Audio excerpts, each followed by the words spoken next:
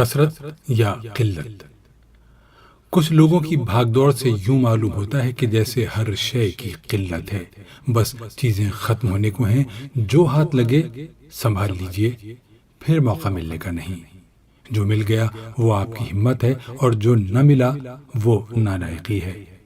ایک دوڑ ہے جس میں پانے کے لیے آگے آگے رہنا اور آگے رہنے کے لیے سب کچھ پانا ازحد ضروری ہے۔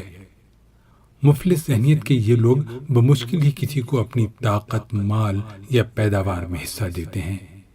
ان کے نزدیک دینا حماقت ہے۔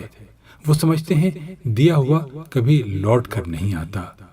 سینت سینت کر رکھنا ان کا محبوب مشغلہ ہوتا ہے، حتیٰ کہ کوئی اور اگر کسی کو دے تو بھی ان کے ماتھے پر سلبٹ سی پڑ جاتی ہے۔ دینا ان کے نزدیک اتنا ہی مشکل ہے جتنا ایک شاعر کے لیے اپنے کلام کا انتخاب خود کرنا۔ سخی سے ملیے تو لگتا ہے ہر شے کی بہتات ہے، سب کے لیے اس کے پاس بہت ہے۔ ایسا شخص محنت تو کرتا ہے مگر بھگدڑ نہیں مچاتا۔ جتنا کماتا ہے اس سے زیادہ بانٹتا ہے اور اس سے بھی زیادہ پاتا ہے۔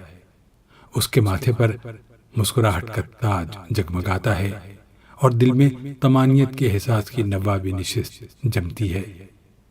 سچ تو یہ ہے، قلت یا بہتات باہر نہیں، اندر کی دنیا کا مسئلہ ہے۔